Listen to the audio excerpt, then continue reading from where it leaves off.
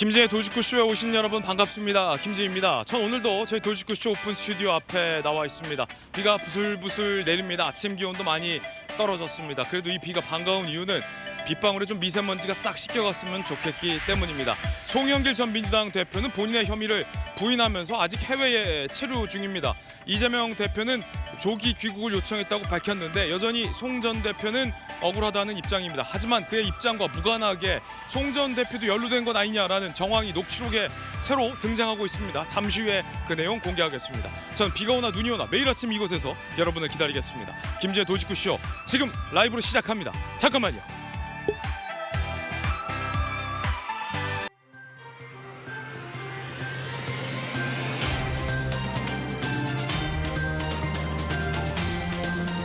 신문 읽어주는 남자입니다. 민주당의 전당대 돈봉투 의혹과 관련해서 매일매일 새로운 녹취 내용이 각각 언론사를 통해서 공개되고 있는 상황입니다. 오늘은 어떤 게 공개됐을까요? 송영길 전 대표가 강내구가 돈 많이 썼대? 라고 물었다라는 관계자들의 육성이 담겨있는 녹취를 검찰이 파악한 것으로, 확보한 것으로 보도가 되고 있습니다. 잠시 후에 이야기 나눠보겠습니다.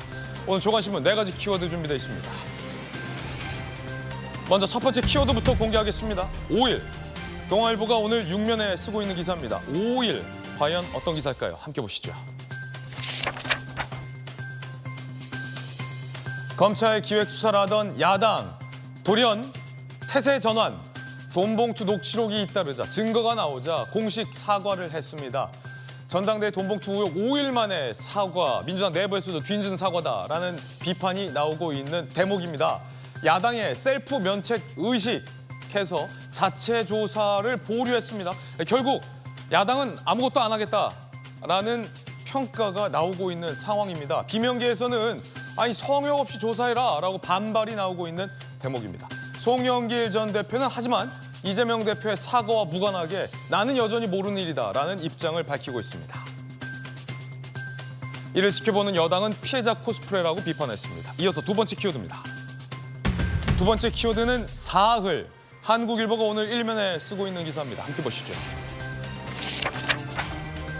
사흘 만에 또 전세 사기 피해자가 세 번째 극단 선택을 했습니다. 안타까운 일입니다. 인천 미추홀구 2,700채 건축왕 사기 사건의 여파가 이렇게 클 줄 몰랐습니다. 30대 세입자가 유서를 남기고 극단 선택을 했습니다. 경매 넘어갔는데 최우선 변제가 불가한 상황이 있었습니다. 9천만 원 보증금이었다는데 한 푼도 못 건진 끝에 안타까운 선택을 한 것 같습니다. 지난달에도 30대 또 다른 피해자가 극단 선택을 시도하다가 구조된 바 있고 벌써 피해자 중 3명이 극단 선택을 한 걸로 추정되고 있습니다. 이래서 전세 사기가 무섭습니다. 다음 키워드입니다. 세 번째 키워드는 바로 이겁니다. 입. 경향신문이 오늘 4면에 쓰고 있는 기사입니다. 입.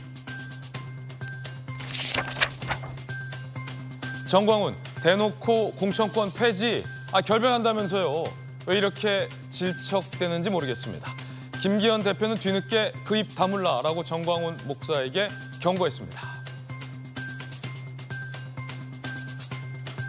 손절하겠다라는 정광훈 목사가 돌연 국민의힘에 손절은 하지 않고 공천권을 폐지해라라고 나섰습니다. 이제 국민의힘이 확실히 선을 그을 차례가 된 것 같습니다.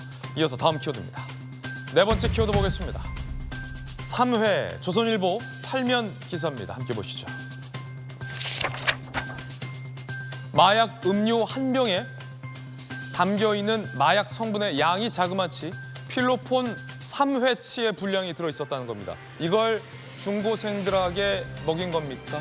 최소 6개월 전부터 범행을 계획했다고 합니다. 이렇게 많은 양의 마약 성분이 우리 아이들에게 학교 앞에서 학원가에서 버젓이 배포되고 있었다.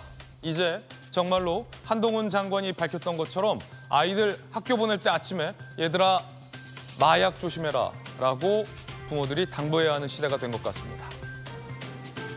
얘들아 마약 조심해라. 어쩌다 대한민국이 이 지경에 이르렀을까요? 지금까지 신문 읽어주는 남자였습니다.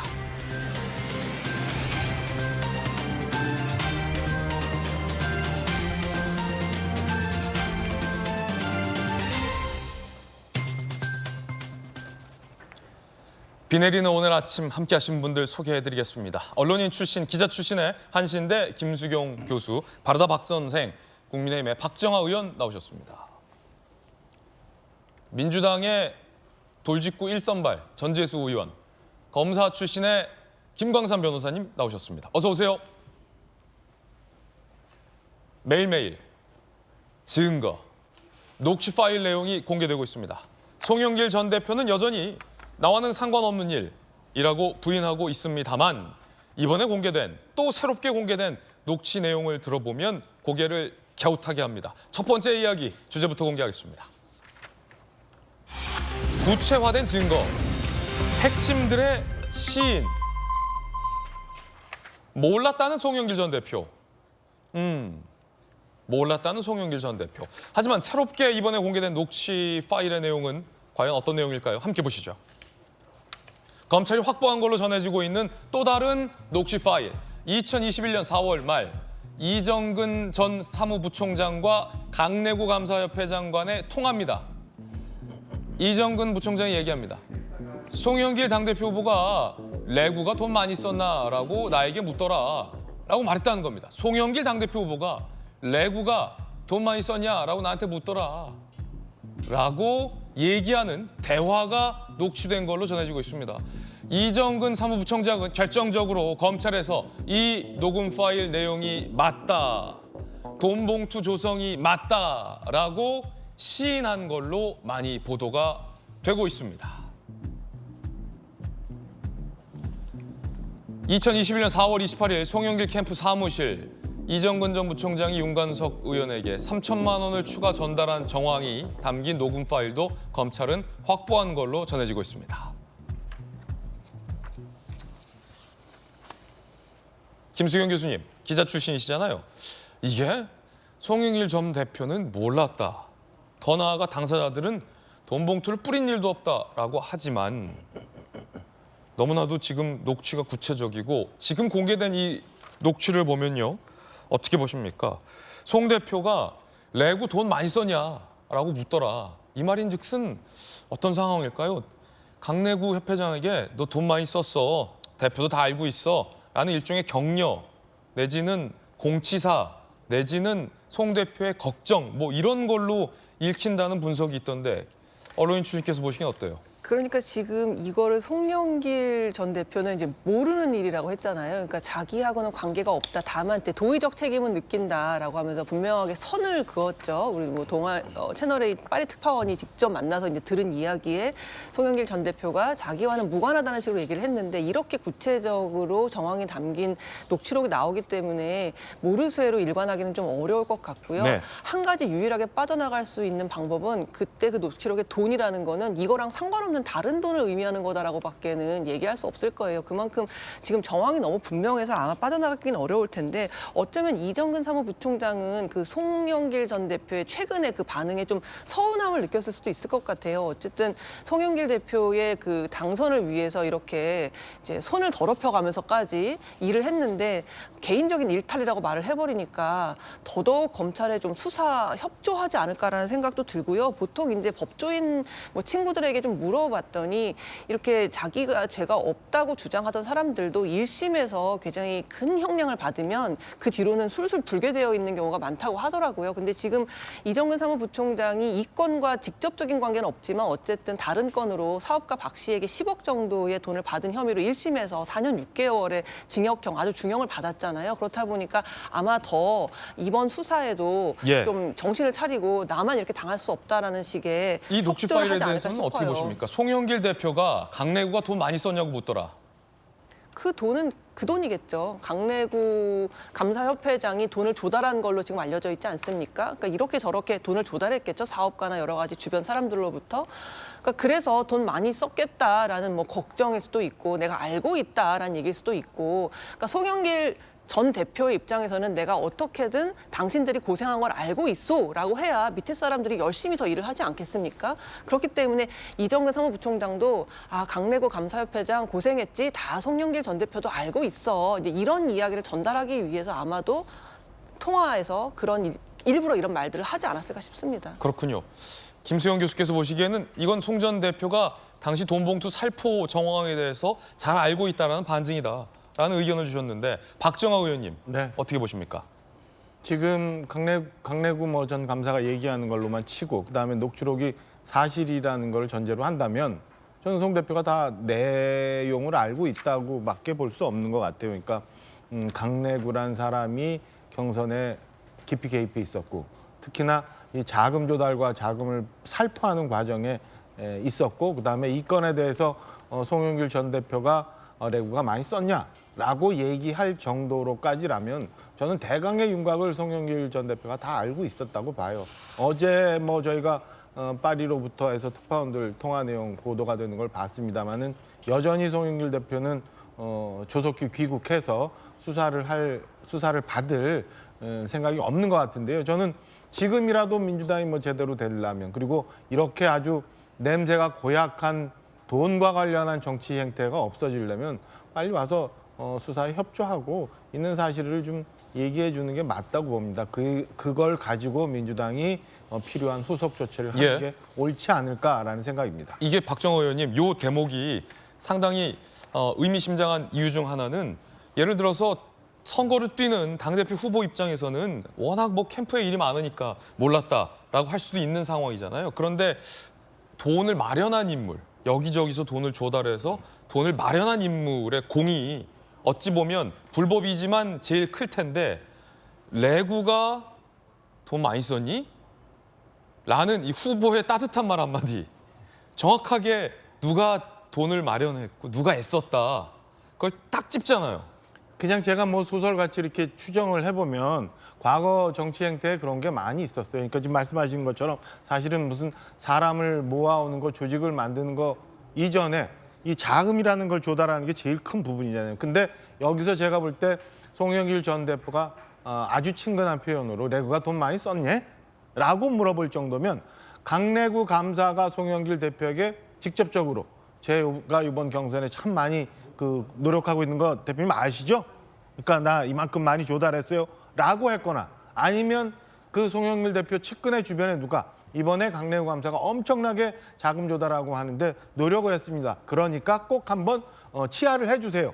그래야 더 열심히 뛸 거 아닙니까? 라는 무언가의 중간 다리가 있었을 거라고 저는 추정을 해요. 그러니까 송영길 대표가 저런 식으로 얘기를 했을 거다. 그러면 이 전체 세부적으로 뭐 10분인지 20명인지 모르겠습니다만 돈 봉투가 몇백만 원씩 갔다라는 구체적인 거를 송영길 대표가 인지는 못했더라도 이게 9천만 원인지 3억인지라는 돈이 누구로부터 만들어져서 어느 선으로 배포가 됐다는 거는 저는 대강의 윤곽은 알 수밖에 없는 구조였다라고 생각할 수밖에 없습니다. 물론 검찰이 확보했다는 이 노출록의 전후 맥락을 더 들어봐야 더 정확한 상황에 대해서 인지할 수 있을 것 같다라는 말씀 드리겠습니다. 그리고 이 녹취는 송영길 전 대표의 직접 육성이 아니라 이정근 전 사무부총장이 송 전 대표의 말이다라며 전한 전원 형태다라는 점도 분명하게 밝혀둡니다.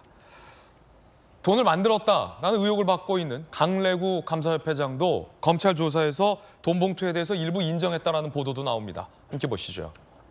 이렇게 되면 이정근 전 부총장도 강래구 협회장도 돈 봉투 의혹에 대해서 부분 인정을 하고 있다라는 얘기가 되네요. 8천만 원 조성 혐의, 대전 지역 사업가들로부터 자금을 조달했다라고 검찰에 진술을 했다는 겁니다. 이정근의 비슷한 진술도 검찰은 이미 확보해둔 상황이다라는 중앙일보 보도 내용이 있습니다. 자, 그러면 김광삼 변호사님, 검사 출신이시잖아요. 수사가 어느 정도 됐다고 보십니까? 수사의 좀 난이도도 함께 좀 평가해 주신다면 돈을 마련했다라는 강래구도 8천만 원 자금 조성에 대해서 인정을 하고 이정근 부총장은 전후 맥락에 대해서 상세하게 지금 인정을 하고 있다는 보도들도 나오고 있는데 어떻게 보십니까? 일단 수사는 이제 초기다 그렇게 볼 수 있어요. 왜냐하면 이제 돈이 뿌려진 거잖아요. 그럼 제일 중요한 것은 돈의 출처, 그다음에 돈을 전달한 경위. 그게 제일 중요하다. 그렇죠. 이제 전달자들이 누가 있었는지 이제 이런 부분인데 수사 난이도는 굉장히 쉬운 것 같아요. 왜냐하면 일반적으로 이제 정치 자금할지 뇌물은 현금으로 거래가 되기 때문에 굉장히 이걸 밝히기가 어렵습니다. 그리고 중간에 전달했더랄지 이제 받는 사람, 아니면 뭐 출처 이런 거에 대해서 협조하지 않으면 굉장히 어려워요. 또 이게 기소를 한다 하더라도 뇌물죄나 정치자금법이 무죄가 나오는 경우가 상당히 많거든요. 그런데 이제 녹취록이 있는데 녹취록이 단순히 이제 돈을 뿌렸다라는 내용이 아니고 봉투를 몇 개 만들었다, 얼마다, 누구를 통해서 돈을 뿌렸다 이런 내용이 다 나오잖아요. 그러면 녹취록 하나만 가지고도 사실은 굉장히 명확한 증거가 될 수 있어요. 그 녹취록에 등장하는 당사자의 음성이 본인들에게 맞다는 것만 확인이 되면, 그런데 여기에 지금 이제 언론 보도에 의하면 가장 핵심인 녹취록에 갖고 있던 당사자인 이정근 전 부총장이 이제 검찰에다 다 진술을 했다는 거 아닙니까? 구속이 되면서 이제 그 이후에 검찰에 다 협조를 했다는 거예요.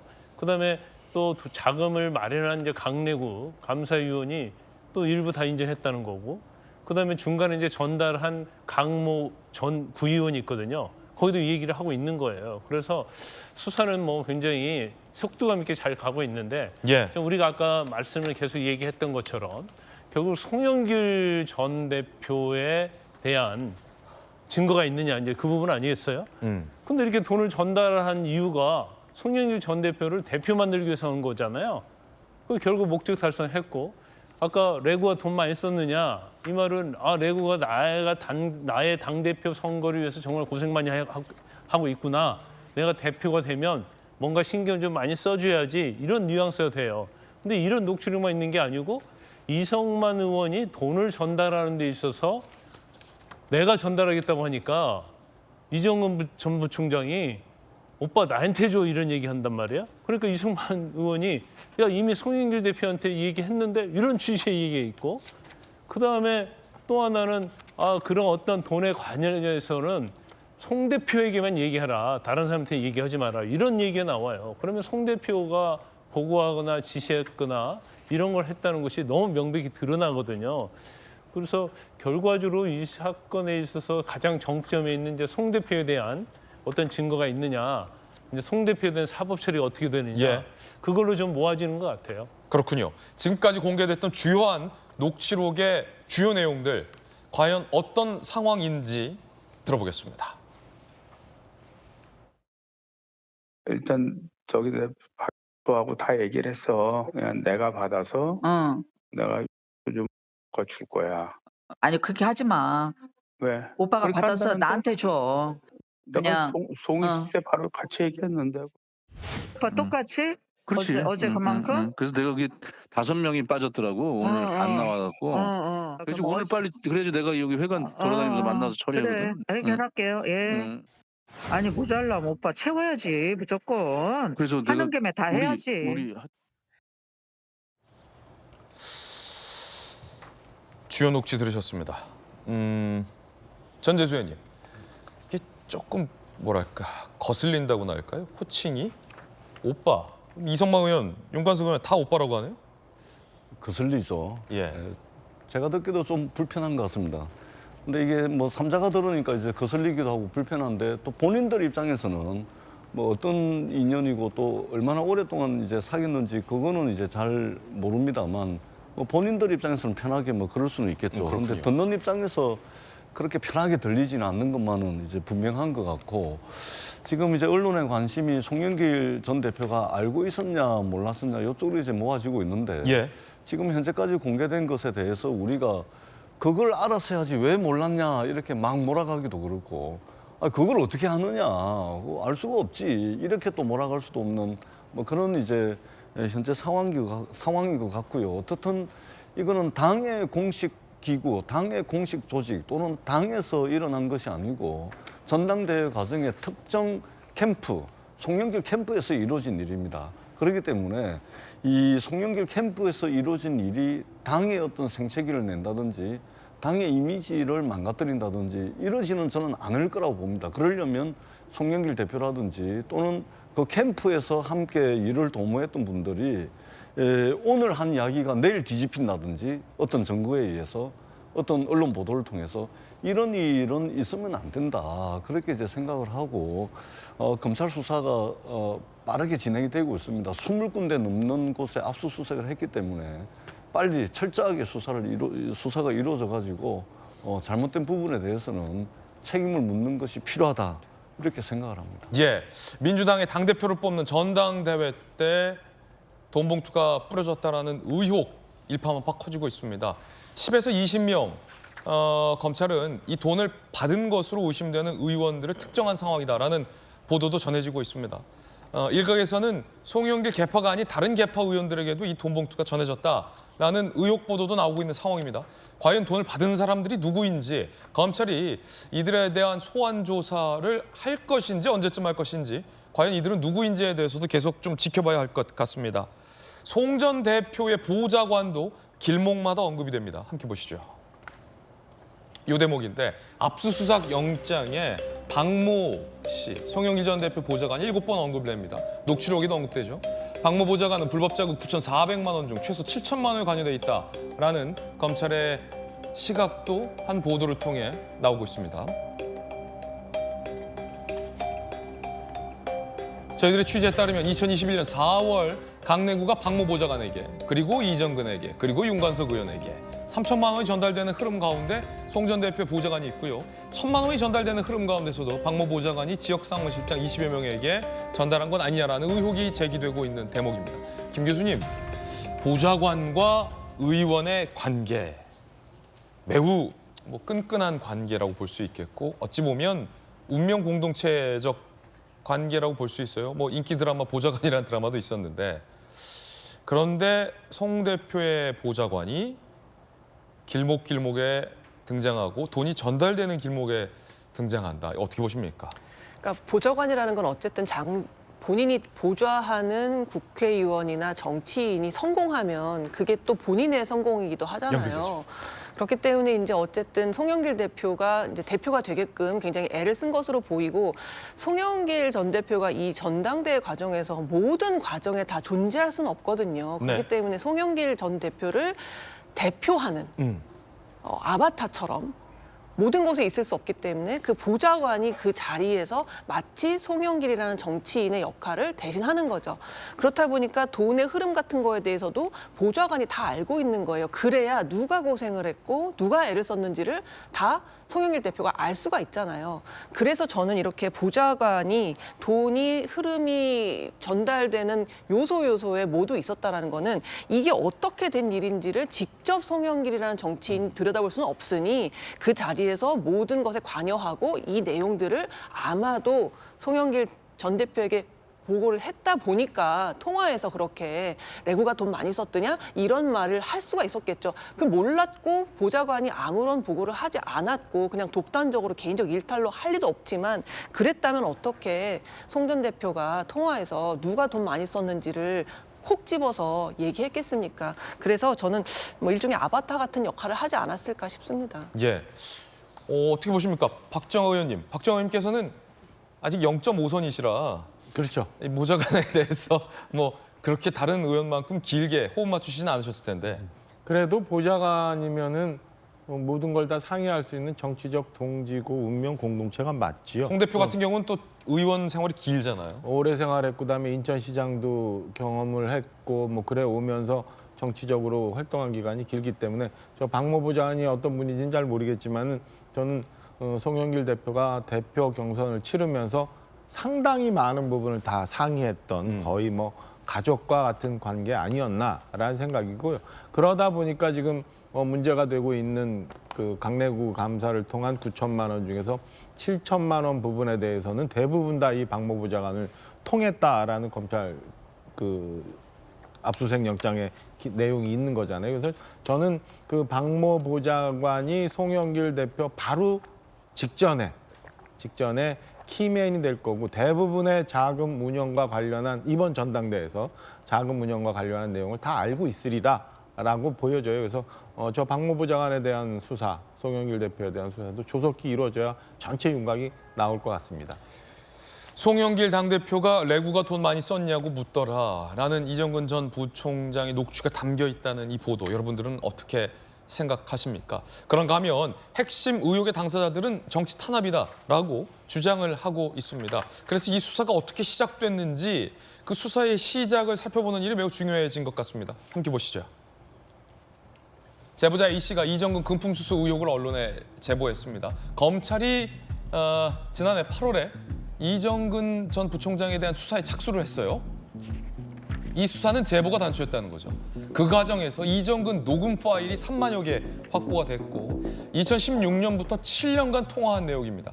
그 가운데 바로 우리가 살펴봤던 민주당의 전당대회 돈봉투 살포 의혹의 정황이 포착이 된 거죠. 지금 듣고 있는 이 녹취록이 저때 나온 겁니다. 9월 이정근 전 부총장은 돈봉투 의혹 부인하다가 구속 후에 수사에 협조하고 있는 상황이라는 보도도 나오고 있는 상황입니다.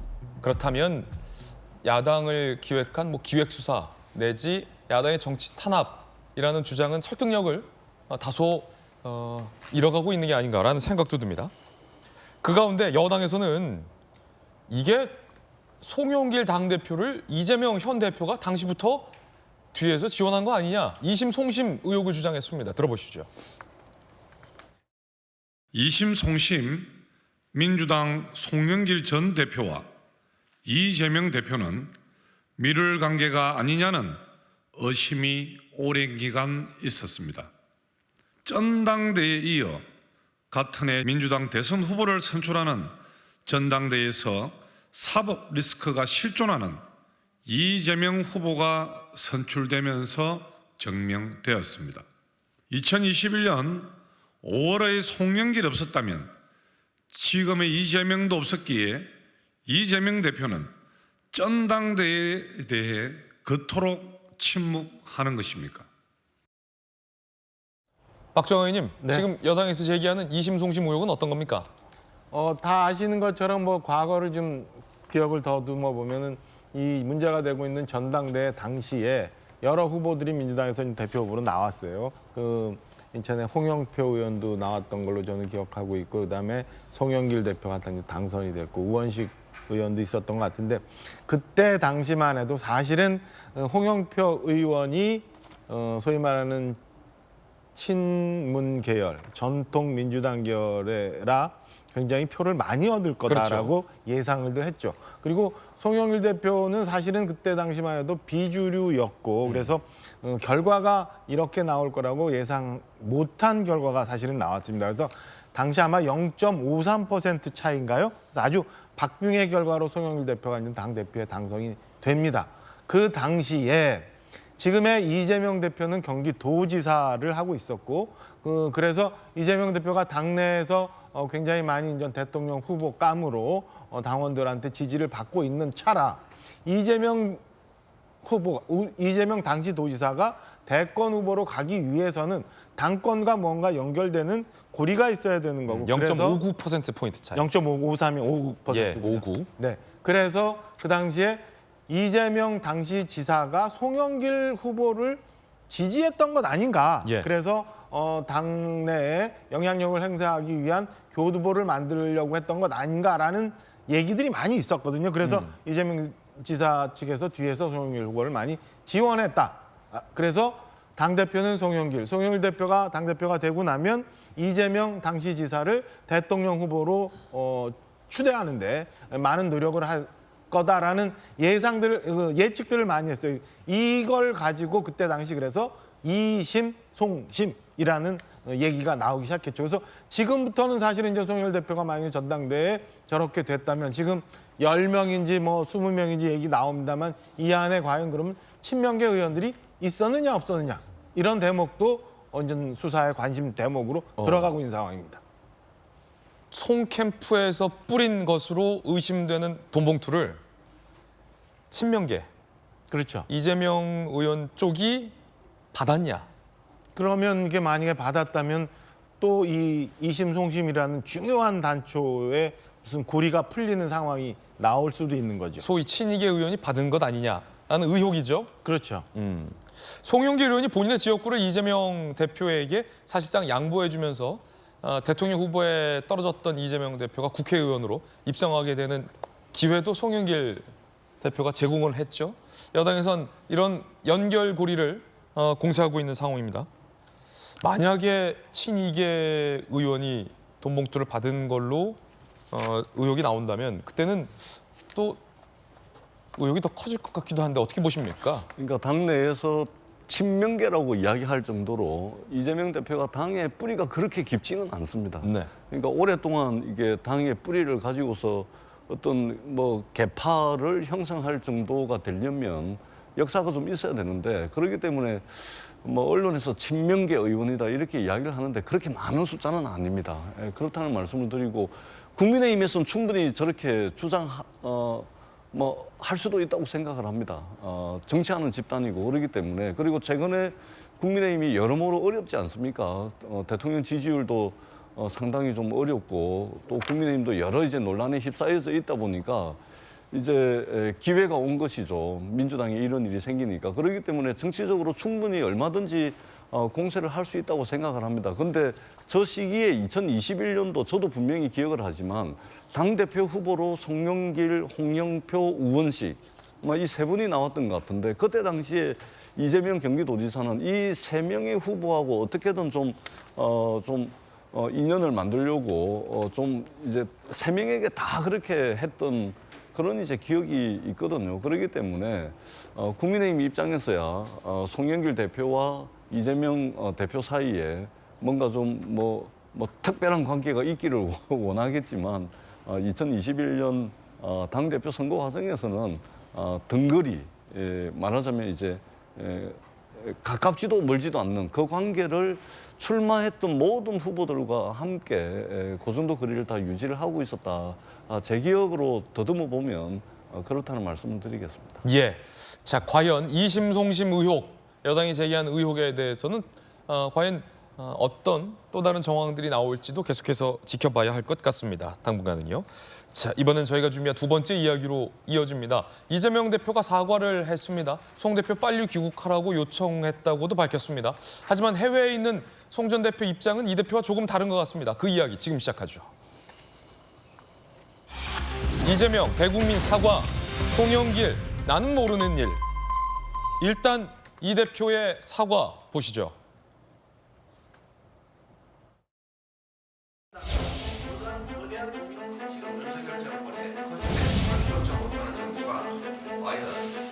우리 당의 지난 전당대회와 관련해서 지금까지의 상황을 볼 때 당으로서 입장 표명이 필요하다고 판단이 됩니다. 이번 일로 국민 여러분께 심려를 끼쳐드린 점에 대해서 당 대표로서 깊이 사과드립니다.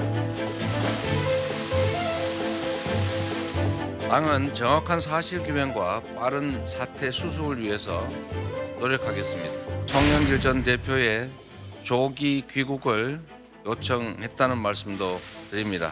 모두가 아시는 것처럼 이번 사안은 당이 사실 규명을 하기에는 한계가 뚜렷합니다. 그래서 수사기관에 정치적 고려가 배제된 신속하고 공정한 수사를 요청합니다. 대표님 의혹은 정치 탄압으로 규정했는데 돈봉투 의혹은 좀 다르게 보시는 겁니까? 대표님, 송 전 대표님 관련해서 귀국 요청하셨는데 답변이 온 게 있을까요? 자, 대표님, 송 전 대표님한테 직접 전화하셨나요? 기존 기조와 모순되는 거 아닙니까? 특별 당규 제정한다고 하셨는데 어떤 내용일까요? 여기까지 하시겠습니다. 계단. 김소영 교수님, 언론 출신이잖아요. 저 대국민 사과가 끝나고 기자들이 돌직구를 막 날렸습니다. 질문은. 대표님 의혹은 정치 탄압으로 규정했는데 이 의혹은 뭐가 다르냐? 기준이 다른 게 있느냐라는 겁니다.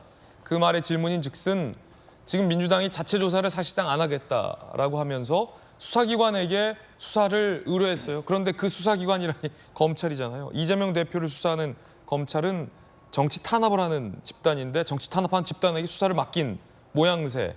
그렇기 때문에 기자들은 지금 보시는 것처럼 따라오면서 계속해서 물을 수밖에 없는 것 같아요. 어떤 게 정치 탄압이고 어떤 게 정치 탄압이 아니냐. 어떻게 보십니까? 그렇죠. 물론 당대표로서 이제 이런 사건이 벌어졌을 때 지금 이재명 대표의 사법 리스크를 빼고 본다면 저런 반응은 지극히 합리적입니다. 저렇게 해야 되는 게 맞죠. 그런데 지금 그 이야기를 하는 본인이 사법 리스크가 잔뜩 걸려 있고 본인의 어떤 혐의에 대해서는 모두가 다 정치 탄압이라고 이야기를 했잖아요. 그리고 당이 전체적으로 나서서 방탄을 강하게 했죠. 그렇다 보니까 그 사건이랑 이 사건이랑 왜 다른 건지 어제도 말씀드렸지만 서울중앙지검 반부패 수사 1부, 3부가 지금 이재명 대표의 이제 혐의를 수사했고 지금 이 사건, 돈봉투 의혹 이 사건은 반부패 수사 2부가 하고 있는데 똑같은 반부패 수사부에서 1부, 3부는 정치 탄압을 하고 2부만 공정한 수사가 가능할 수는 없잖아요. 그러니까 이렇게 기자들의 질문은 너무나 합리적인 거죠. 그래서 다행히 그래도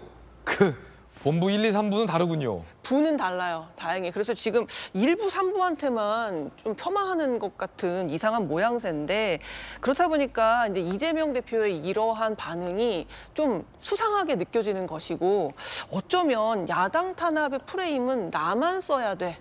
다른 사람이 자꾸 쓰게 되면 이게 물타기가 돼. 라는 생각에서 그런 게 아닌가 싶은 생각이 들어요. 사실 노웅래 의원의 돈봉투 받은 그때도 녹취록이 굉장히 자세히 나왔었거든요. 이번이랑 그렇게 다르지 않아요. 그런데 그때 이재명 대표의 반응은 뭐였나요? 최고위원 회의에서 어디서 돈봉투 부스럭거리는 소리가 나는 것 같은데 하면서 검찰을 조롱했었잖아요. 그리고 뭐 체포동의안 넘어왔을 때도 모든 의원들이 다 방탄을 해줬고 근데 이번 같은 경우는 너무 빠르게 사과도 하고 죄송하다고도 하고 검찰이 수사해달라고 하니까 송영길 대표의 입장에서는 좀 서운할 것 같아요. 본인 범죄에 대해서는 혐의에 대해서는 그렇게 강하게 야당 탄압이라고 방탄을 했는데 나의 혐의에 대해서는 이렇게 빨리 귀국하라고? 왜 그래? 약간 그런 생각이 들 것 같거든요. 얼마 전에 통화했다고 했잖아요. 이재명 대표랑 통화했다고 하던데 송영길 대표는 좀 불편했을 것 같아요. 왜 나에 대해서는 이렇게 조속히 귀국하라고 하느냐. 그런 점에서 이 사건이 어쩌면 민주당 내부에서 분열을 일으킬 수 있다. 왜 어떤 것만 정치 탄압이라고 하고 본인 것만 나머지 것들은 이렇게 보호 안 해주느냐라는 불만이 나올 수도 있는 상황이라는 생각이 듭니다. 예, 김소영 교수님 의견 들어봤습니다. 전재수 의원님 똑같은 질문인데 이 명확한 기준이 혹시 있습니까? 좀 헷갈려서 자, 뭐 이런 기준에 따르면 이건 정치 탄압, 이런 기준에 따르면 너는 자범, 이런 기준에 따르면 요 사과.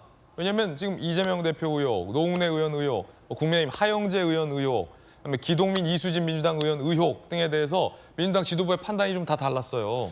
정치 탄압 묶은 사람이 있고 우리는 정치 탄압 너는 자범이라고 표현한 한 민주당 의원도 있고 어떤 거는 사과해야 될 사안이고 어떤 건 판단 유보.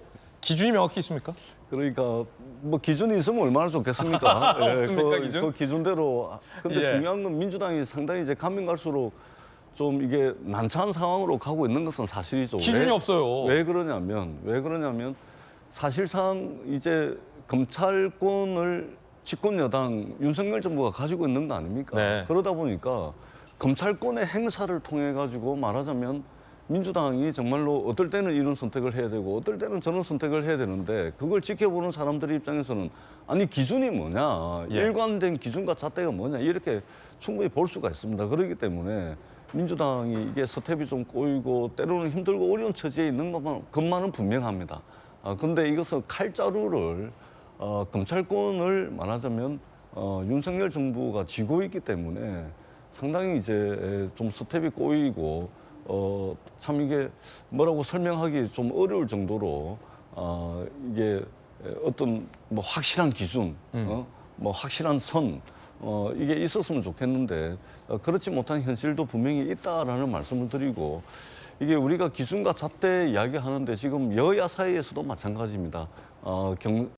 정치적 경쟁에서 이긴 쪽과 진 쪽 여기에도 같은 어떤 사법적 기준과 잣대 이것도 이제 적용이 되지 않고 있고 민주당에서 일어나는 일들에 대해서도 같은 기준과 잣대 이것이 또 이루어지고 있지 못합니다. 그렇기 때문에 좀 이게 좀 혼란스러운 상황 또 이제 칼자루가 아니고 칼날을 쥐고 있는 입장에서 상당히 좀 설명하기에 좀 궁색하거나 때로는 어려운 측면이 분명히 있습니다. 그 부분은 저희들이 인정을 하지 않을 수가 없다 이렇게 말씀을 드립니다. 이 정치 탄압이냐 아니냐를 구분하는 기준은 없다. 좀 난처한 측면이 있다라는 전재수 의원님의 솔직한 입장, 전재수 의원님의 어떤 개인적 견해 들어봤습니다. 난처한 입장이라는 표현이 정말로 정확한 표현이다라는 생각도 드는 게 당 내에서 이걸 자체 조사를 하느냐 마느냐를 두고도 이견이 있습니다. 일단 이야기 들어보시죠. 어젯밤에 굉장히 오랫동안 토론과 이제 고민이 있었습니다. 자체 조사가 여러 가지 상황이나 여건상 여의치 않다라고 하는 판단이 좀 있었습니다. 규모도 규모고 또 사건의 성격상 수사권이 반드시 필요한 그런 내용으로 보여집니다. 실효성 있는 조사 결과를 내놓기가 어렵지 않겠느냐라고 하는 게 중론이었습니다. 결국 민주당은 자체 조사 못한다라고 결론을 내렸습니다.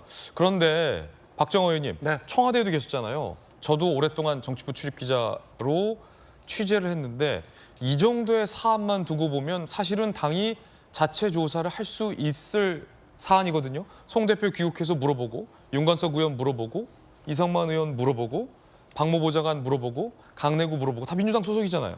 자체 조사를 못한다. 그 이거 속내가 따로 있을까요? 그거는 전재수 의원님 말씀 주신 그 안에 있어요. 난처한 상황, 딜레마의 상황이 있기 때문이죠. 사실은 말씀하신 것처럼 자체 조사해서 그걸 국민들한테 솔직하게 말씀드리는 게 맞는 거죠. 부동산 투기 의혹도 민주당이 자체 조사 한번 한 적이 있지 않습니까? 그때도 먼저 해서 뭐 등기부등본이며 그다음에 의원들 다 조사해가지고 일단 뭐 탈당, 출당인가 했다가 당원권 정지인가 했다가 다시 복당하는 그런 절차를 밟았는데 이 건은 왜 안 하느냐? 이재명 대표 본인이 걸려있기 때문에 그러는 거예요. 이재명 그러면은 이 건에 대해서는 당 자체적으로 조사를 하고 이재명 대표와 관련된 대장동, 백현동 뭐 이런 것에 대해서는 자체 조사를 왜 안 하느냐라는 일부의 반발도 충분히 있을 수 있는 거고. 그래서 김명계가 지금 성역 없이 조사하라라고 목소리를 높이고 있는 거군요. 그렇죠. 그에 따라서 들어가면 저희 얼마 전에 민주당 자체적으로 또 했습니다마는 그 당원 당규 80조 그 바꾼 거에 대해서 그럼 송영길 전 대표는 적용을 하고 노웅래 의원은 적용을 안 하고 이재명 대표는 또 적용 안 하고 이런 스스로의 모순에 빠지기 때문에 이런 상황이 발생을 하고 있다고 저는 해석을 해요. 그래서 제가 수석 대변인 할 때 논평을 냈던 게 하나가 좀 생각이 납니다. 이재명 대표는 송영길 전 대표마저도 모른다고 하는 상황으로 가고 있는 거예요. 나를 위해서라면 송영길 전 대표도 모르고 조금 더 가면 어쩌면 민주당도 나 모릅니다라고 할 상황까지도 가고 있는 것 아니냐. 그런 딜레마 상황에 빠져 있다라고 저는 해석을 합니다. 박정하 의원의 개인적 견해 들어봤습니다.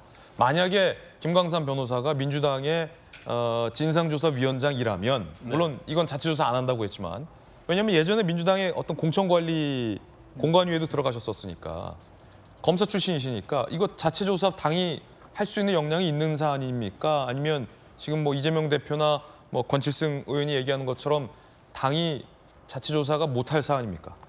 이 자체조사 해봤자 이제 실효성이 없죠. 왜냐하면 지금 의원이 10명에서 20명, 또 뭐 일반적인 민주당 당 뭐 대의원 합치면 70명 된다는 거 아니에요. 그러다 조사하면 다 내가 돈 받았다고 얘기하겠습니까? LH 때는 틀리죠. LH는 친인척과 관계된 사람이 뭐 땅을 샀다든지 자기가 땅을 샀다든지 하면 부동산 등기부등본에 다 나와 있잖아요.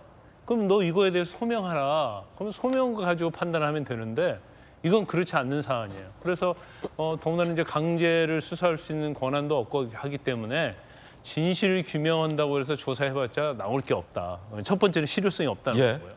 그 두 번째는 이제 자체 조사한다고 해봐요. 뭐 우리가 진정성을 부여하고 당연히 진정성 있게 조사한다고 해봐요. 그러면 결과에 조사를 하면 손을 안으로 굽을 수밖에 없거든요. 팔은. 그러면 조사 내용 딱 내놨는데 검찰에서 더 세게 나오는 거예요. 증거를 가지고. 그러면 사실은 진상규명 자체가 오히려 이거 허위다 아니면 감싸기다 이런 비판을 받을 수가 있는 거고.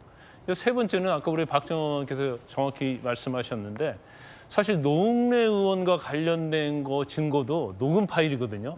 뭐 부술거리는 소리가 나오고 아니 뭐 이렇게 지난번 주셨는데 왜 또 주시냐 뭐 이런 내용 들어가 있단 말이에요. 그럼에도 불구하고 정치 탄압이라고 했잖아요. 진상조사 안 했어요. 더군다나 이재명 대표와 관련된 부분에서는 대장동이랄지 뭐 제3자 내분일지 어마어마한 범죄 내용이 있음에도 불구하고 진상조사 안 했잖아요. 기소하는 날 바로 당무위원회 열어서 당직 정지하는 거 관련해서 면피를 시켜줬잖아요. 그러면 사실 진상조사위원회를 구성해봤자 오히려 아무 실효성이 없고 오히려 이제 역풍을 맞을 수 있다. 이런 생각을 한 거죠. 이제 그렇기 때문에 뭐 누가 진상조사위원장으로 가든지 아무리 진정성 있게 한다 하더라도 쉽지는 않다. 결과적으로는 오히려 그게 불이익이 될 수 있기 때문에 그냥 안 한다는 결론을 내린 걸로 보입니다. 안 하는 게 낫다라는 결론을 내렸다라는 김광삼 변호사님의 어떤 개인적인 해석, 의견도 전해드리고 있습니다. 이재명 대표가 사과를 했습니다. 노웅래 의원 때도 본인 의혹 때도 기동민 이수진 의원과 관련된 의혹 때도 이 대표는 사과를 하지 않았습니다. 그런데 이 의혹에 대해서는 이재명 대표가 사과를 했습니다. 그럼 송 전 대표는 어떤 입장일까요? 이재명 대표 어젯밤 통화했다. 말씀 충분히 들었고 내 입장도 충분히 설명했다. 이번 주 중 혹은 다음 주 초에 기자회견하겠다. 라고 밝혔습니다. 돈봉투 의혹과 관련해서 처음 말한 것처럼 모르는 일, 조사 결과 보고 판단할 수밖에 없다라는 입장을 고수하고 있는 상황입니다.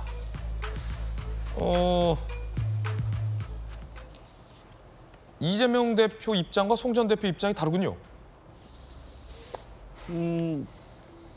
글쎄요, 저는 일단 당에서 공식적으로 송영길 대표에 대해서 조기 귀국을 이제 요청을 한 거 아닙니까? 저는 그게 따를 거라고 봅니다. 그렇군요. 예, 당의 요구고 그렇기 때문에 그다음에 어떻든 이게 송영길 캠프에서 이루어진 일이고 송영길 전 대표가 이제 당 대표로 당선이 된 선거 아니겠습니까? 그렇기 때문에 저는 검찰이 소환을 요구를 하거나 또 당에서 조기 귀국을 요청을 했기 때문에 저는 빨리 오리라고 생각을 합니다. 그렇군요. 예. 자, 기자회견 때 과연 20일 파리에서 기자회견한다고 밝혔군요. 한국이 아니라. 그러면 이재명 대표는 좀 빨리 귀국을 요청했는데 오늘이 18일이니까 19, 20, 21, 22 파리에서 기자 간담회 하고 그 다음에 귀국한다는 건데 뭐 빠름의 정도에 대해서 개인마다 차이가 있고 과연 무엇이 빠른 것이냐와 관련해서도 왜냐면 뭐 아느냐 모르느냐에서도 또 개인마다 다 다르다라고 했으니까 우리가 느끼는 것보다 그렇게 안 빠른데요, 김승현 교수님? 22일에 기자회견 하고 들어온다는 거면 그렇죠. 주말까지는 어쨌든 파리에 있겠다라는 거잖아요. 보통 그렇다 보니까 빨리 귀국은 당장 귀국. 뭐. 당장 비행기표를 사서 오죠, 예. 보통은. 그리고 이제 본인이 무관하다면 자기가 없는 상태에서 한국에서 막 수사도 진행되고 여론도 형성되기 때문에 불안해서라도 일단 와가지고 뭔가 수습을 할 것 같거든요. 만약에 진짜 억울하면 이것들이 하고 당장 귀국할 것이다. 그렇죠. 얼마나 화가 날 노릇입니까? 지금 나 없이 막 수사가 진행되고 막 이런저런 설들이 막 나오고 있고 하니까 당장 귀국할 것 같은데 이제 주말까지는 어쨌든 파리에 있을 것이라는 게 지금 확실한 상황인데요. 물론 지금 뭐 송영길 전 대표 측에서는 지금 뭐 유럽에 이제 가 있으니까 이제 여러 군데를 돌면서 이제 강연이 잡혀 있는 것 같아요. 아, 일정이 있으면 또 어쩔 수 없겠군요. 그래서 이제 약속해 놓은 게 있으니까 아마도 그래서 좀 당장 들어오는 게 곤란하다라는 입장 같기는 한데 네. 근데 강연을 가면은 그 특파원들 다 모이겠죠. 그러면 또 막 마이크 들이대겠죠. 그러면 또 유럽 사람들이 이게 무슨 일인가 하겠죠. 그러니까 오히려 더 망신스러울 수 있거든요. 그래서 그냥 빨리 다 접고 들어오셔서 분명하게 어떻게 된 연유인지를 소상히 밝히시는 게 만약에 본인이 이제 완전 무결하고 결백하다면 그게 훨씬 나은 선택이 아닌가 싶습니다. 이낙연 전 대표가 이 돈봉투 의혹에 대해서 입을 열었다는 보도도 있습니다. 함께 보시죠. 뭐라고 얘기했을까요? 이 전 대표가 대한민국이 정말 위기다. 정치가 위기를 더 부채질하는 것이 아니냐라고 우려를 표했다라고 이낙연계 관계자가 전했습니다. 민주당의 중진 의원이자 돌직구 의원인 이상민 의원은 이 녹취 의혹에 대해서 이렇게 얘기했습니다. 눈 감고 들어도 누가 한 말인지 알 수 있었다. 상당수 아는 사람들이다. 조작 가능성 거의 없다. 조작이 오히려 상식에 먼 얘기다라고 의혹 당사자들의 해명을 비판하는 발언을 하기도 했습니다.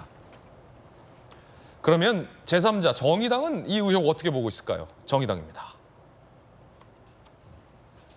정의당의 이정미 의원, 공식 사과만으로는 안 된다. 결국 오늘 이재명 대표가 당차원의 공식 사과와 송영길 전 대표의 조기 귀국을 요청했다. 하지만 이것만으로는 부족하다.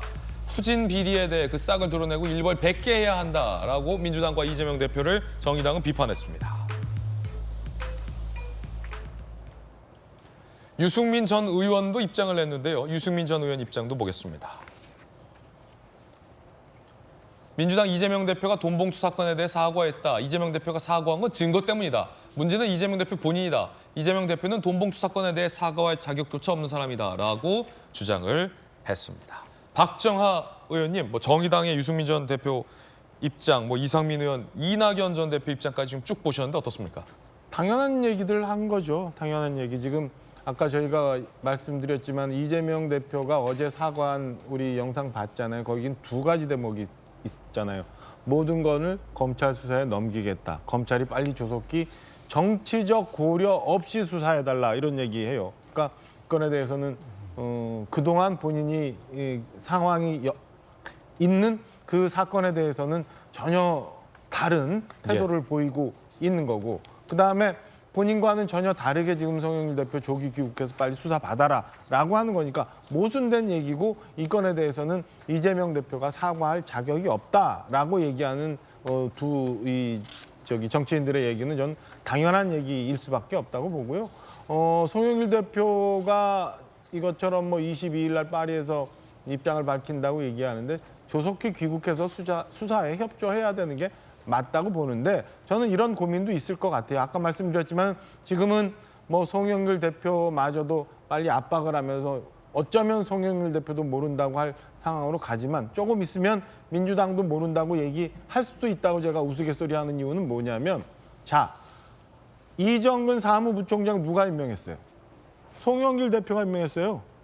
이정근 사무부총장 이후에 그 CJ그룹 산하의 대한통운 취업과 관련한 문제 생기고 있죠. 강내구 지금 내구가 돈 많이 썼냐라고 했던 강내구 감사 언제 이 감사 임명이 됐는지 그거 따져봐야 돼요. 그렇게 된다면 송영길 대표가 여당 대표로 있으면서 정부의 각종 이권에 어쩌면 이정근 사무부총장을 통해서 강내구 감사를 통해서 상당히 많은 부분 개입해 있었던 것 아니냐는 의혹도 생길 수 있는 거든 자연스럽게. 예. 그럼 민주당이 통째로 지난 정부가 통째로 지금 이 건에 끌려 들어갈 수도 있는 상황이에요. 그래서 저는 송영길 대표가 민주당 상황까지도 대표가 된 이후의 상황까지도 고민을 하고 있기 때문에 시간이 이렇게 걸리는 것 아닌가. 그리고 이재명 대표도 빨리 와라라고 하면서 어떤 태도 돌변이 또 있을지 모른다라는 말씀을 좀 드리고 싶습니다. 박정아 의원님 의견이었습니다. 김관삼 변호사님,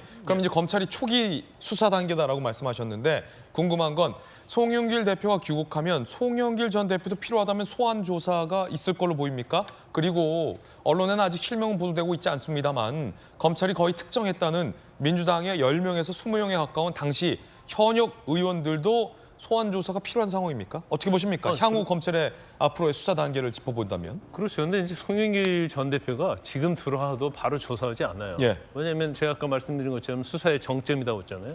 어떻게 보면 이 사건이 이제 몸통이라고 볼 수 있어요.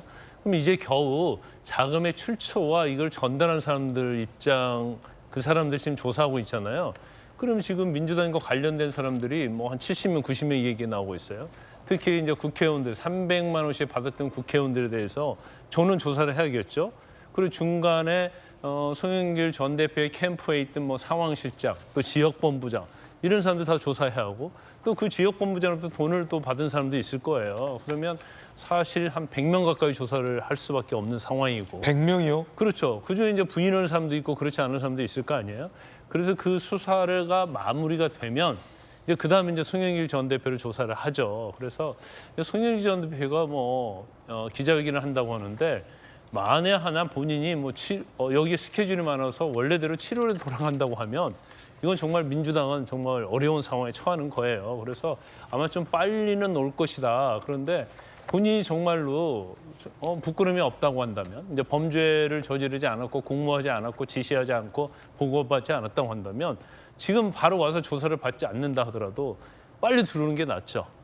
그런데 이제 어떻게 보면 이 사건의 결과에 따라서 본인의 이제 정치 생명이 또 좌우될 수 있고 경우에 따라서는 검찰이 인정이 되면 영장을 청구할 수밖에 없거든요. 그래서 본인의 어떤 운명은 지금 풍전등화하다 이렇게 볼 수 있을 것 같습니다. 예. 자, 돈봉투 의혹과 관련된 주요한 내용들 전해드렸습니다. 송영길 전 대표의 주말 파리 기자 간담회 내용도 좀 살펴봐야 할 것 같습니다. 이번엔 저희가 준비한 다음 순서입니다. 뜨거운 소식들 몇 가지 엄선했습니다. 함께 보시죠. 첫 번째 하투의 주인공은 이화영 전 부지사 재판 중인데 저희 동아일보가 이화영 전 부지사가 쌍방울로부터 받아서 쓴 걸로 알려진 법인카드 사용 내역을 단독으로 입수했습니다. 그런데 저희들이 단독으로 입수한 그 법인카드 사용 내역서를 보면 물론 이화영 전 부지사는 내가 안 쓴 거다라고 부인하고 있습니다만 1,000원 미만의 편의점 결제부터 100만 원 이상의 고가의 결제도 이루어진 것으로 확인이 됐습니다. 그리고 이게 공개적으로 밖으로 나가는 게 마치 꺼려지는 듯 이화영 전 부지사는 6장의 카드를 쓰면서 5번 카드를 바꾸기도 한 걸로 알려지고 있습니다. 저희들이 단독 동아일보가 입수한 내용 함께 보시죠. 이화영 일상소비 상당 쌍방울 법카로 결제한 건 아니냐라는 의심이 드는 대목, 검찰의 의심입니다. 쌍방울 법인카드 사용 명세를 동아일보가 일부 단독 입수했습니다. 2018년 5월 15일부터 2021년 10월 19일에 걸쳐서 사용된 법인카드 사용 명세서고요. 이 기간은 이화영 전 부지사가 이재명 경기도지사 후보 캠프에서 일하기 시작한 시점부터 쌍방울이 법인카드를 회수한 그 시점입니다. 전체 시점이죠. 강남구 명품 매장에서 143만 원을 결제하고요. 송파구 백화점에서 100만 원과 78만 원을 각각 결제한 걸로 나옵니다. 두 차례 지출한 걸로 나오죠. 송파구 B백화점입니다. 반면 사소한 생활비도 법인카드로 충당한 의심이 드는 대목도 있는데요. 2019년 1월 28일 경기도 수원시의 한 편의점에서는 720원이 결제됐고요. 2019년 7월 17일 경기 여주시 핫도그집에선 1,500원이 결제된 것으로 파악되었습니다. 핫도그집이요. 그리고 쌍방울 법인카드로 3-4대의 휴대전화 요금도 납부한 것으로 확인이 됐습니다. 2018년 8월 14일에는 휴대전화 4대의 요금 84만 원이 납부됐고요. 2018년 12월 4일 서울 중구 주유소에선 7만 원이 결제됐습니다. 일상생활. 여행 비용도 예외는 아니었습니다. 2018년 11월 22일 제주시 렌터카 대여로 6만 원, 다음 날 23일 제주 여행지 레저 체험에 4만 원이 지출한 내역이 확인됐습니다. 총 2억 983만 원. 이화영 전 경기도 부지사 측 대부분 이화영 측근 문 씨가 쓴 거다.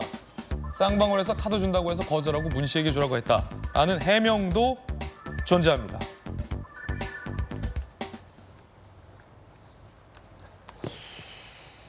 자, 일단은 김수경 교수님, 쌍방울이 카드 준 거 자체가 잘못된 것이었고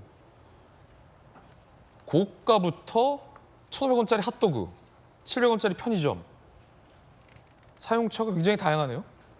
그렇죠. 이제 어쨌든 간에 공무원 신분으로서 혹은 정치인의 어떤 선거 캠프에서 있으면서 사기업으로부터 법인카드를 받아서 사용했다는 것 자체가 범죄고요. 그리고 이제 그 카드 내역을 보니까 이제 쫌스럽고 민망하다라는 그런 표현이 있었는데 정말 좀 쫌스럽고 민망하죠. 1,500원짜리 핫도그를 쌍방울 법인카드로 사 먹은 게 나온 거예요. 그리고 야, 이거 누가 그 카드 핫도그 사 먹었든 이화영 부지사든 아니면 문 씨든 이거는 1,500원은 자기 체크카드로 써야죠. 어떻게 쌍방울 법인카드로 어쨌든 누가 긁은 거 아니에요. 1,500원, 핫도그는 심했다. 그러니까 이게 김성태 회장도 이 여러 가지 범죄 의혹에 연루되어 있기 때문에 결코 선한 사람은 아니지만 이화영 부지사가 정말 쌍방울을 이용해 먹었다라는 생각이 드는 게 이제 이런 대목 때문인 거죠. 아주 그 소소한 생활비마저도 쌍방울의 법인카드로 사용한 것 같고요. 또 특히나 이게 굉장히 치밀한 범죄인 게 뭐냐면 이 사람이 이제 이화영 부지사가 경기도 부지사로 2018년 7월에 가거든요. 네. 그러다 보니까 이게 문제될 거라는 걸 좀 직감하겠죠. 당연히 공직이 있었으니까.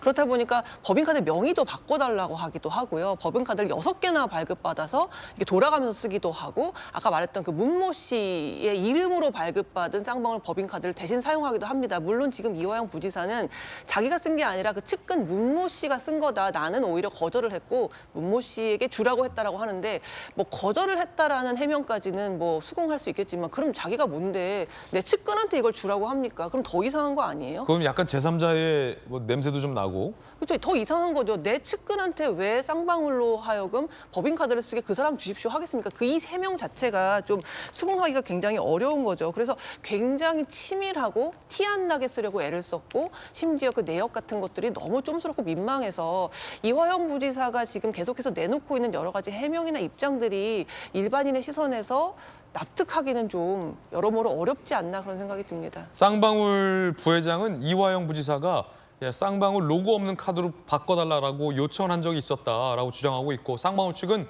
이화영 전 부지사에게 차량과 운전기사도 제공한 바 있다라고 진술하고 있는 상황입니다. 이에 대해서 법인카드만큼은 이화영 부지사가 내가 안 썼다라고 부인하고 있는 상황인데 김광삼 변호사님, 이런 건 또 수사 많이 해보신 이게 극과 극 100만 원이 넘는 고가의 제품을 백화점에서 긁은 내역도 있고 700원, 1,500원, 뭐 주유소 7만 원, 제주 4만 원, 레저 체험 뭐 이런 것도 있고 소액도 있고 어떻게 보십니까? 근데 이제 이화영 전 지사를 보면 아무튼 부패와 탐욕스러운 공무원의 전형을 보는 것 같아요. 개인 견해입니다. 예. 그리고 이게 사실이라고 한다면 정말 파렴치하죠. 그리고 아마 쌍마을 자체도 굉장히 곤혹스러울 거예요. 왜냐하면 법인카드 쓰라고 줬는데 계속 교체를 요구한다는 거 아닙니까? 그것은 이제 나중에 범죄에 뭔가 문제가 되면 이거 피할 목적인 것 같아요. 근데 적어도 핫도그 정도는 자기 돈을 사 먹어야죠. 핫도그까지 남 돈 가지고 먹고 다니면 되겠습니까? 그런데 이화영 전 부지사가 하는 행동을 보면 말이죠. 이게 제가 볼 때는 쌍방울서 선의적으로 막 준 게 아니고 막 요구를 한 것 같아요. 지금 전에 승합차 얘기도 나왔잖아요. 경기도지사 선거와 관련해서 본인이 거기서 중요한 역할을 맡았어요. 그러니까 자기 승용차를 큰 차로 바꿔달라고 해서 승합차 바꿔줬다는 거예요.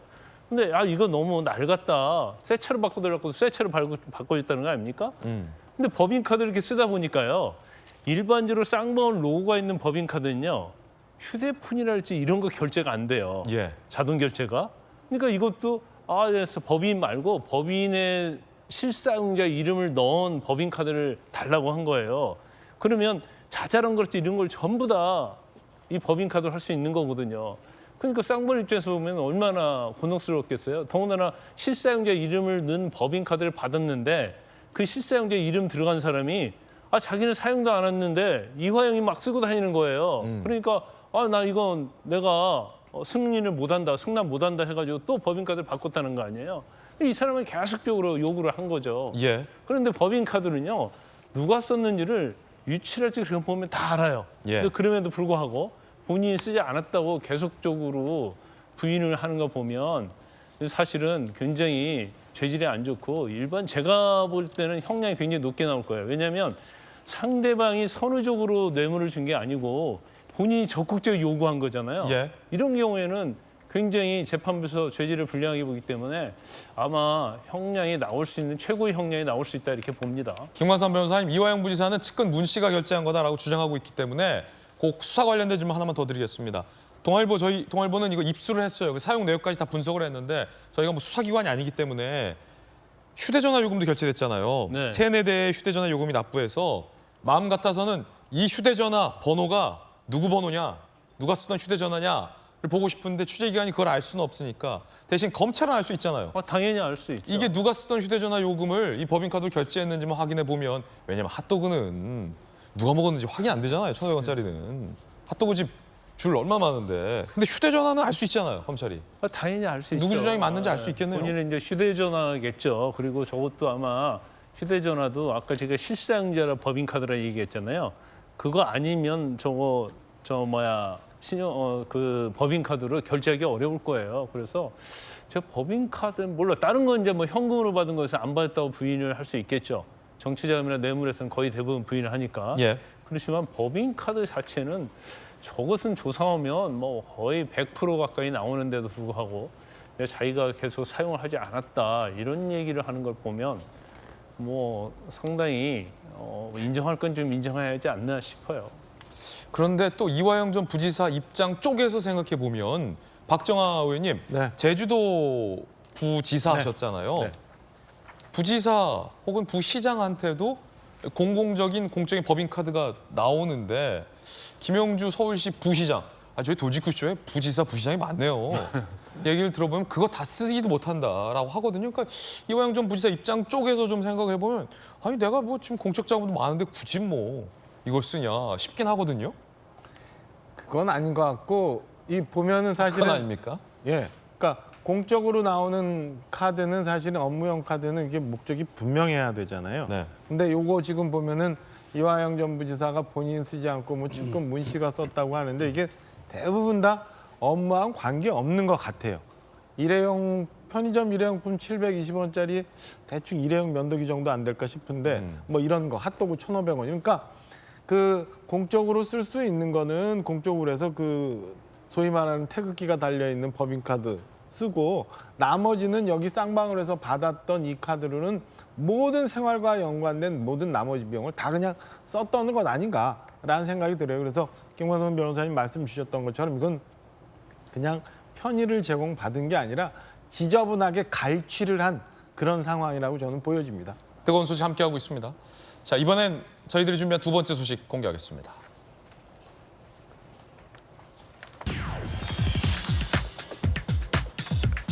인천에서 발생한 이 빌라왕, 건축왕, 전세 사기 피해자가 3명째 극단적인 선택을 한 걸로 추정이 되고 있습니다. 함께 보시죠.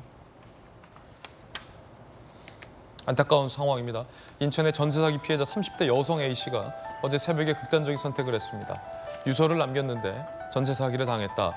의지할 부모님도 없다. 다시는 이런 일 없으면 좋겠다. 문 앞에서는 이 수도요금 독촉장도 발견이 됐다고 합니다. 지난 2월 28일 30대 남성은 7천만 원 전액 변제 불가 숨졌고 4월 14일 20대 남성 9천만 원 중 3,400만 원만 변제를 받았고 어제 30대 여성 A씨 9천만 원 전액 변제 불가였다고 합니다. 벌써 세 번째 이 극단적인 죽음입니다.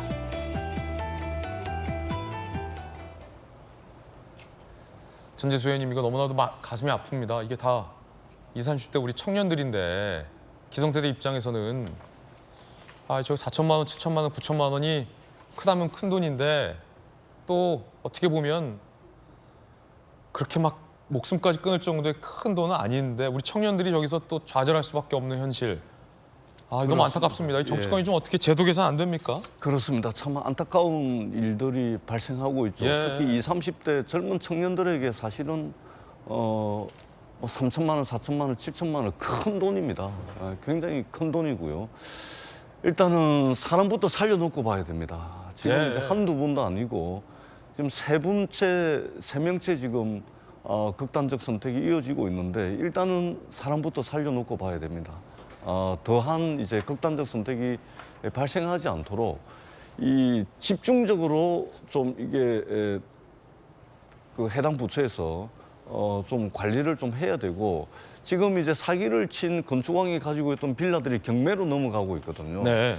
아마 행정적 방법이 좀 급한 대로 있을 수가 있습니다. 예를 들면 LH가 먼저 우선적으로 매입을 한다든지 그렇게 해서 이 문제가 해결될 동안 LH가 매입을 해가지고 말하자면 전세 사기를 당한 분들에게 일정 기간 충분히 다시 일어날 수 있도록 일정 기간 말하자면 거주를 할 수 있도록 지금 현재도 LH가 이제 이 불량한 주택에 거주 여건이 좋지 않은 주택에 사시는 분들 위해서 LH가 주택을 매입을 해가지고 그 매입한 주택을 리모델링을 해서 재임대, 싸게 재임대를 하는 그런 사업을 하고 있거든요. 그렇기 때문에 이러한 이제 정책적 노력을 정부가 좀 집중적으로 더 이상의 안타까운 사연들이 생기지 않도록 해야 될 필요가 있겠다 이렇게 생각합니다. 맞습니다. 전적으로 좀 공감되는 말씀 주셨고 박정호 의원님, 이 누구나 꿈이 많고 돈이 없던 20대, 30대 시절 있잖아요. 그렇죠. 누구나 꿈이 많고 저도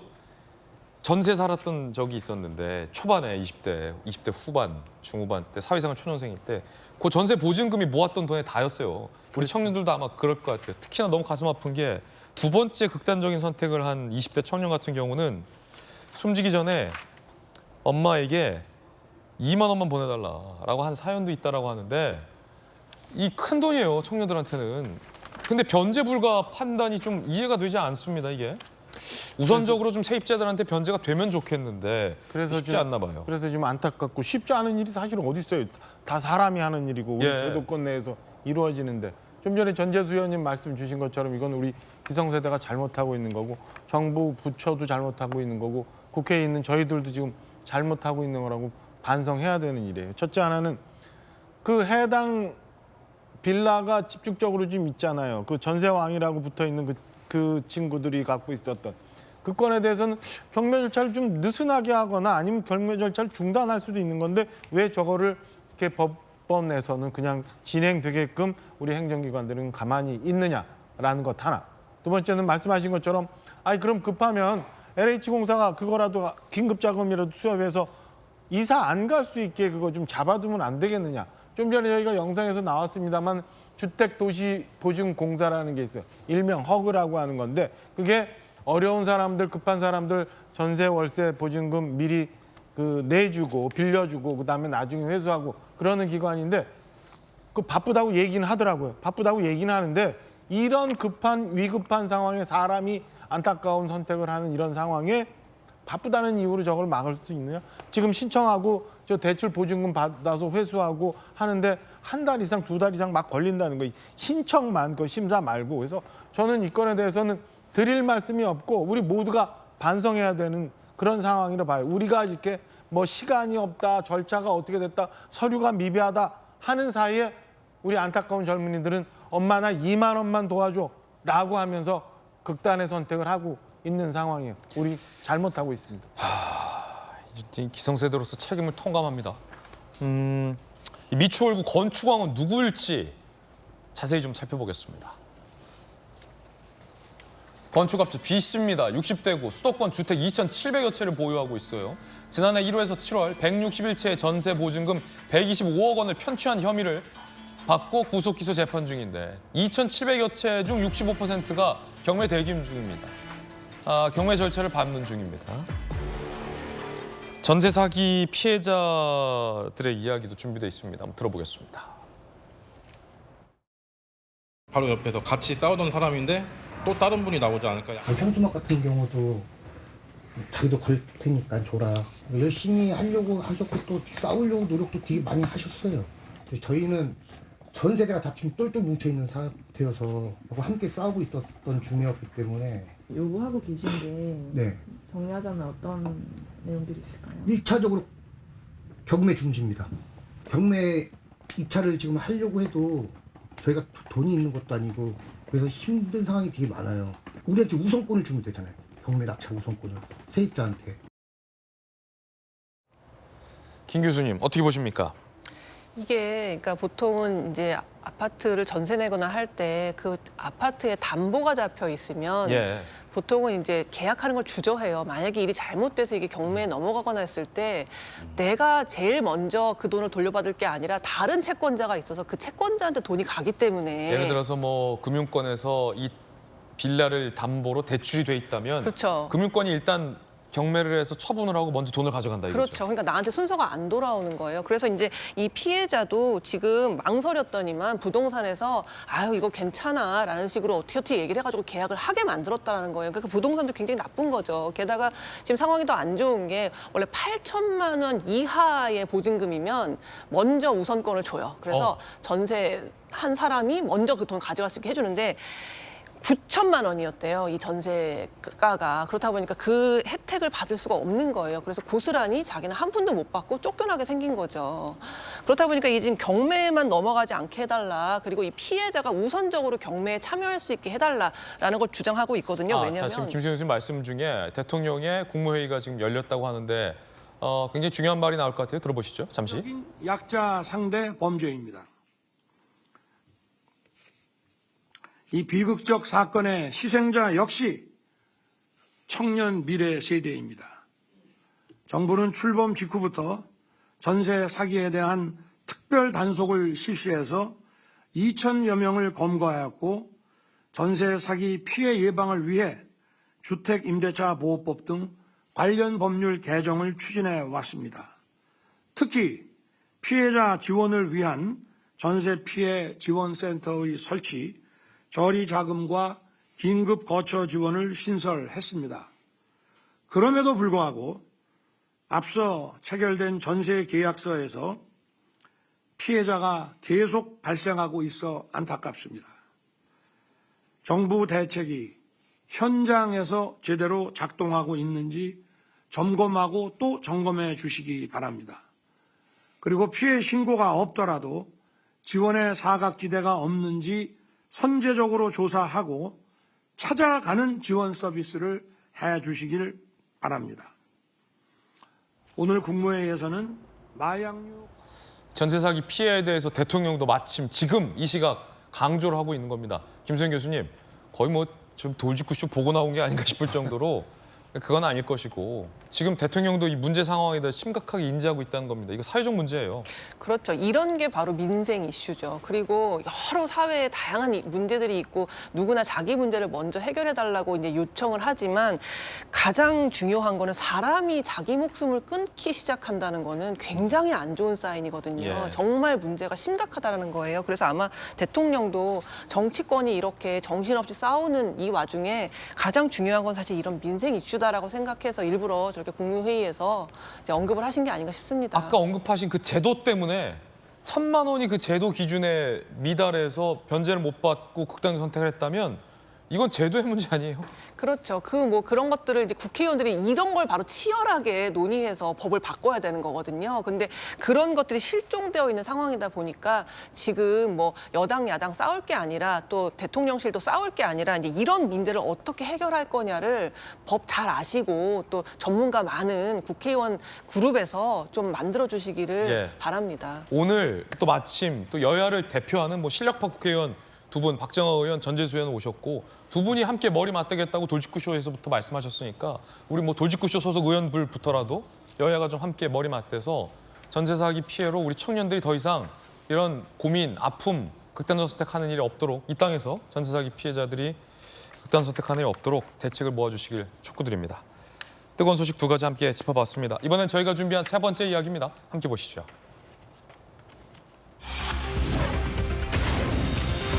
손절을 하겠다더니 돌연 공천권을 내려놔라라고 당에 요구를 하는 정광훈 씨. 당에서는 그간 정광훈 씨에 대해서 지도부가 너무 유보적이다라는 당내 지적도 나오고 있었습니다. 이제야 김기현 대표는 정광훈 씨를 향해서 입 닫으라라고 경고를 했습니다. 경고가 너무 늦은 건 아니냐라는 얘기도 당내에서 나오고 있습니다. 일단 정광훈 씨의 이야기부터 들어보겠습니다. 국민의힘 정당이 공천권을 국민에게 돌려주십시오.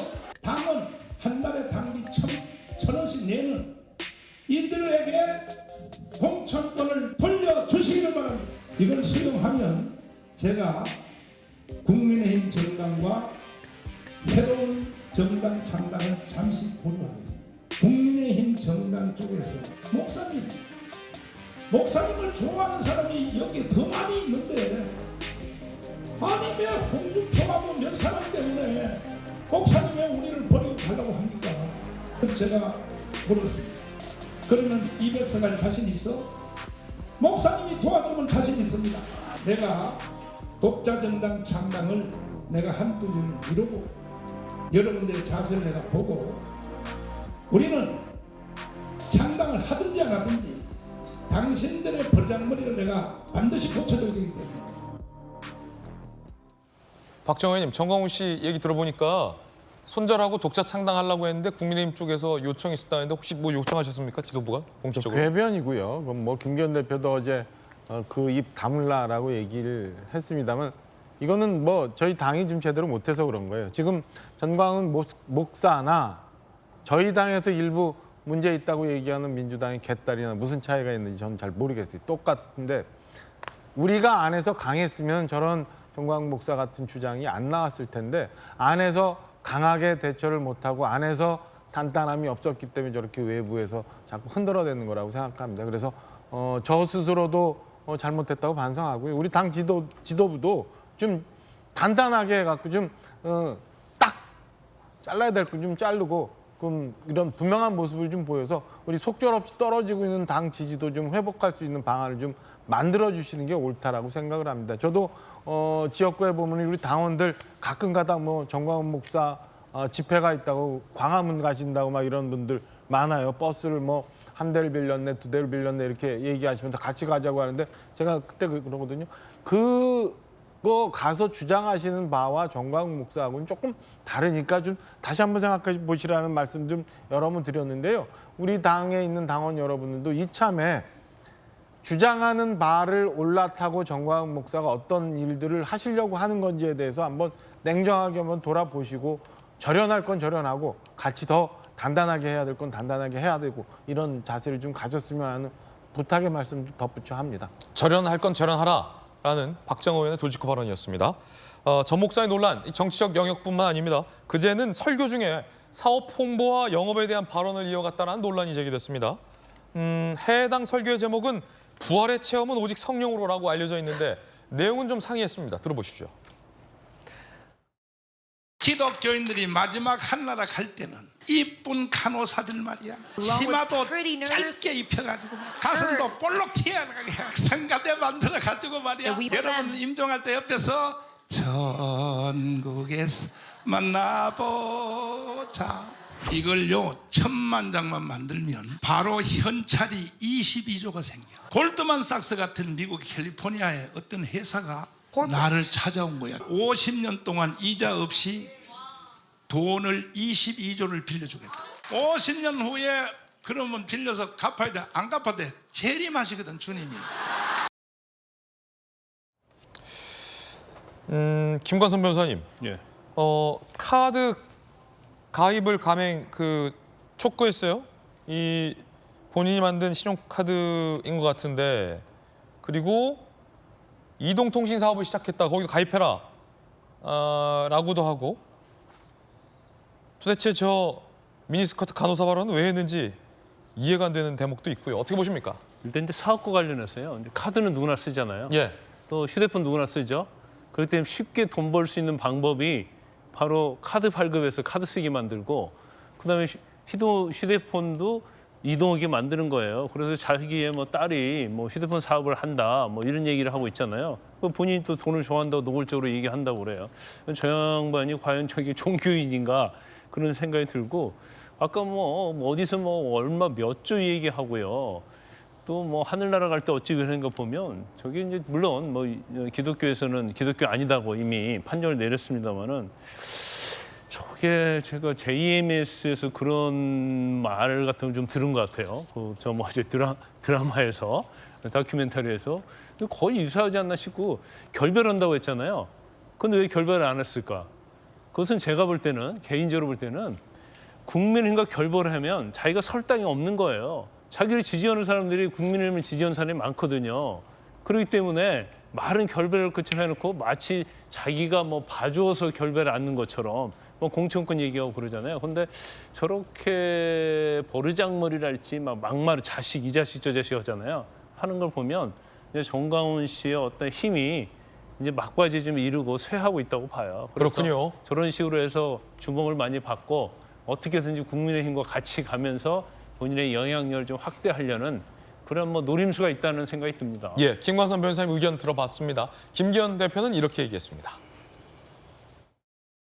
정광훈 목사가 우리 국민의힘 버르장머리 붙여놓겠다까지 발언했는데 황당무계하기 짝이 없습니다. 아니 도대체 지금 우리 당을 뭘로 알고 지금 기가 막히고 어이가 없습니다. 그 입을 당장 좀 닫아주셨으면 좋겠습니다. 대표 그 공천권을 국민에게 넘겨야 된다 이런 발언까지 나왔거든요. 오늘 그거 좀 어떻게 보세요?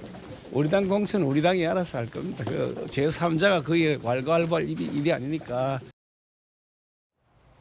김기현 대표 입장 들었습니다. 저희들은 60초 광고 보고 돌아오겠습니다. 잠시 후에 뵙죠. 오늘 저희가 준비한 소식 모두 다 전해드렸습니다. 저희들 내일 아침 8시 50분에 더욱더 풍성한 소식 들고 인사드리겠습니다. 오늘 하루는 분명 어제보다 나을 겁니다. 좋은 하루 되십시오. 고맙습니다.